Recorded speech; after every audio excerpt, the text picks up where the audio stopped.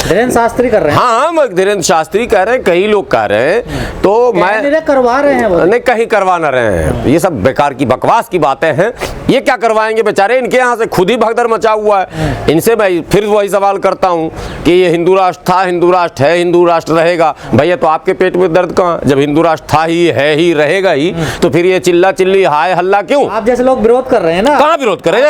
भी तो करना, मेरे बाप ने नहीं किया, था मतलब मेरे बाप दादा भी स्वीकार किए हुए थे, था है मतलब हम भी स्वीकार किए हुए हैं, रहेगा मतलब मेरा बच्चा भी स्वीकार किए हुए, तो फिर ये हंगामा क्यों? ये आप बताइए, पहले उनसे पूछिए कि मानते हिंदू राष्ट्र भारत? अरे फिर वही बात, वो मानते हैं कि नहीं मानते कि था? वो कहा, वो तो तैयारी कर रहे हैं बनाने। नहीं, वो भाषण में कह रहे हैं, अभी तो योगी जी ने भी कहा था है रहेगा। मैं यही तो जवाब जानना चाहता हूं, जब था है रहेगा, खतरा किस चीज? खतरा किस चीज का है? फिर आप बोल क्यों रहे हैं? जैसे हमारे पास जो चीजें हैं, मोबाइल था, मोबाइल है, मोबाइल रहेगा। अब मैं कहूँ मोबाइल मेरी चोरी हो गई, मैं खरीद कर रहूंगा, मैं ला कर रहूंगा, तो आप कहोगे इसको आगरा भेजवा कर रहूंगा या रांची में दाखला करवा कर रहूंगा। यही रास्ता है ना भैया। जब था है रहेगा, खेल खत्म। खेल खत्म नहीं होगा। न था, कभी नहीं था, कभी था ही नहीं। जब से भारत का इतिहास है, हिंदू राष्ट्र कभी नहीं था, न है और न कभी रहेगा। भागदड़ तो मचा वो इस व्यवस्था से। एक व्यवस्था है, उस व्यवस्था में जो वर्ण व्यवस्था है उसको नाम ये हिंदू दे दें, सनातन दे दें, आर्यन दे दें, जो नाम इनको देना दे दें। उस व्यवस्था में जो भागदड़ मची है, उस व्यवस्था से अरबों लोग अब तक ट्रांसफर हो चुके हैं। करोड़ों नहीं, अरबों की बात कर रहा हूं मैं। इंडोनेशिया पूरा का पूरा उसी व्यवस्था में था, बदल गया ना साहब। मलेशिया उसी व्यवस्था में था, बदल गया ना साहब। भारत में आज 30-35 करोड़ जो मुस्लिम, सिख, ईसाई, पारसी और इत्यादि बौद्धिस्ट सबको आप अगर जोड़े तो 35-40 करोड़ जो ये संख्या है, ये भी उसी व्यवस्था में जी तो रहा था ना साहब। बदल के भाग के आया। तो कुल आबादी अगर आप जोड़ें, पाकिस्तान में जो मुसलमान है वो भी उसी व्यवस्था में था, बांग्लादेश वाला भी उसी व्यवस्था में था। ये सबको जोड़ेंगे तो हमें लगता है अरबों लोगों ने इस व्यवस्था को ठुकराया है। अब मुट्ठी भर लोग जो बचे हुए वो भी ठुकरा के जाएंगे, और बचेंगे उतने ही जितने वहां से आए थे आर्यन। अरे पहले तो ये उद्धार सनातन से ही होगा। पहले सनातन उद्धार करने यहाँ नहीं आया था। देखिए, सनातन एक अलग शब्द है। इन लोग सनातन का अब इन लोगों ने आड़ लेना शुरू किया है। सनातन का अर्थ कुछ और है। सनातन धर्म अगर बोलेंगे तो बौद्ध धर्म के लोग बोलेंगे हम हैं, इसलिए कि सनातन धर्म जो है वो है जो आदि से अंत तक मिटेगा।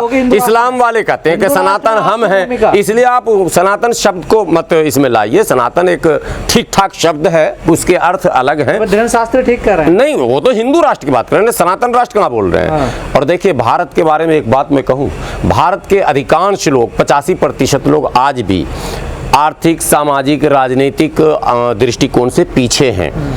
तो और पीछे जो है उसी को तो दलित कहते हैं ना। दलित का मतलब ही दला हुआ, पीछे कर दिया गया, पसमानदा, जिसको पीछे कर दिया गया हो। तो उस हिसाब से इसको दलित राष्ट्र होना चाहिए था। भाई, जिसकी संख्या ज़्यादा होती है, राष्ट्र उसका होता है, तो राष्ट्र दलित राष्ट्र होना चाहिए या पसमानदा राष्ट्र होना चाहिए, अगर उर्दू में करेंगे तो। ठीक है, बाकी तो कोई फिट ही नहीं बैठता है। 2-4-5% के लिए आप राष्ट्र कैसे बना देंगे? बात समझिए। इसलिए दलित राष्ट्र बहुत सुटेबल। लोग तो आपको खदेड़ने की बात कर रहे हैं, और आप बात कर रहे हैं कि जो दलित है या पसमानदा समाज है उसका राष्ट्र वो बात कर रहे हैं उन। देखिए, हमारे पूर्वजों ने कभी किताब में, किसी जगह लिटरेचर में कभी नहीं लिखा कि हम बाहर से आए, लेकिन वो लोग कहते हैं कि तुम लोग बाहर से आए। उनके पूर्वजों ने किताब में लिखा, और ज़्यादा लंबा चौड़ा समय नहीं गया किताब में लिखे हुए। बाल गंगाधर तिलक ने अपनी किताब में लिखा। आपको महापंडित जिन्हें कहते हैं राहुल सांकृताइन ने अपनी किताब में लिखा, और अभी लेटेस्ट जो है जवाहरलाल नेहरू जी ने अपनी किताब में लिखी। इन तमाम किताबों में जो Arctic home in the Vedas है, जो वोल्गा से गंगा तक है, जो डिस्कवरी ऑफ इंडिया है, उर्मिला थापर वगैरह में कई लंबी किताबें हैं, 20-22 ऐसी किताबें हैं जो प्रमाणित किताबें हैं, जिसमें उन्होंने स्वीकार किया कि हम जो है आर्यंस 5-7 हज़ार साल पहले आए। अब ये बताइए कि अगर कथित तौर पर ये हिंदू धर्म बहुत पुराना, तो इसके तो अनुयायी जो हैंडलर हैं, जो रिमोट जिनके पास है, वो तो 5000 साल पहले आए यहाँ। लेकिन सत्ताधारी लोग कह रहे हैं कि जो हिंदू धर्म है वो सबसे प्राचीन धर्म है। कैसे होगा? उनको हैंडल करने वाले लोग तो कह रहे हैं कि हम 5 साल पहले यहाँ आए। हम नहीं कह रहे हैं, वही लोग कह रहे हैं। मैं नहीं कह रहा हूँ भाई, कैमरे पर बार बार कह रहा हूँ ना। मैं कह रहा हूँ ना मेरा बाप कहा था, ना मेरे दादे ने कहा था, मेरे परदादे ने, कभी किसी हम लोगों के लोगों ने किताब नहीं लिखा। बहुजन समाज के लोगों ने इस किताब को नहीं लिखा।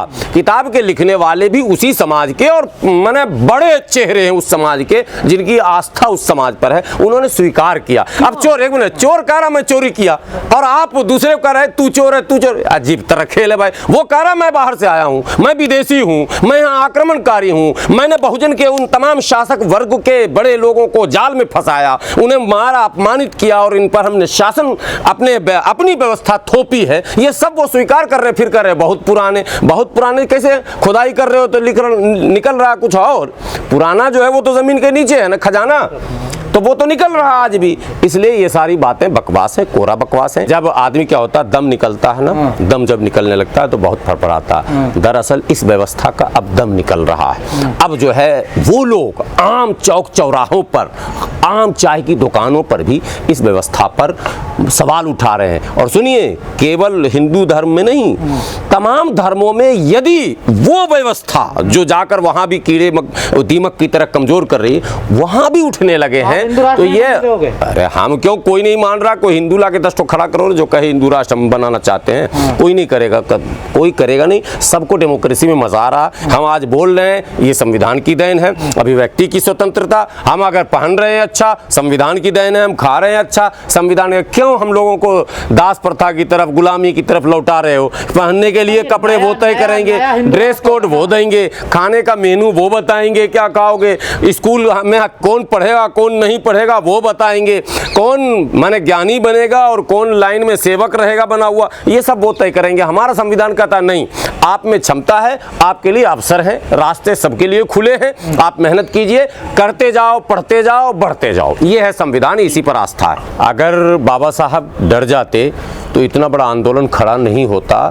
परिस्थिति आप एक बार अनुमान लगाइए कि जिस समय बाबा साहब पढ़ रहे होंगे, बड़े हुए, उस समय की परिस्थिति क्या रही होगी। न तो डेमोक्रेसी थी, न तो कोई सोशल अवेयरनेस था, लेकिन बाबा साहब लड़े ना। आप उससे भी पहले जाएंगे तो जितने समाज सुधारकों के नाम आते हैं, सावित्रीबाई फुले अगर डर जाती तो क्या होता, ज्योतिबा फुले डर जाते तो क्या होता, और आप अभी स्वतंत्र भारत में मैं कहता हूँ साहब कांशीराम डर जाते तो क्या होता। साहब कांशीराम ने तो बड़े हिम्मत से काम किया और अजीब अजीब नारे लगाए जो समाज खुद सुन के नारा डर जाता था, हिम्मत नहीं होती थी कि वो दोहरा दे।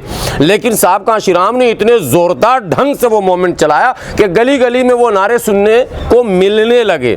तो पहली बात, पहली शर्त, परिवार आंदोलन करे। असल जरूरत है हिम्मत जुटाने की। समाज में जो लोग चाहते हैं परिवर्तन, जो लोग चाहते हैं बदलाव, जो लोग चाहते हैं अधिकार, जो लोग चाहते हैं हिस्सेदारी, जो लोग चाहते हैं कि जो बहुजन की जो हकमारी है उसको खत्म किया जाए, भैया ये बोलने से अब नहीं होगा। हम लोगों ने बहुत बोल लिया, बहुत चिल्लाया, आवाजें बदल गई। आप लोग बहुत दिन से हम लोग का इंटरव्यू ले रहे हैं, वो आपकी। मैं पहले कह रहा हूं कि सबसे पहले अपने अंदर हौसला और हिम्मत लाइए, और बिल्कुल जो समय आप इधर उधर पार्कों में, इधर उधर खेल में, इधर उधर लोगों में गपों में, ताश में, आप इधर उधर की बैठकों में, चौपालों में देते हैं, वो समाज को जगाने में, समाज को जोड़ने में, समाज को सड़क पर लाने में लगाएं, तब जाकर समस्या का समाधान होगा।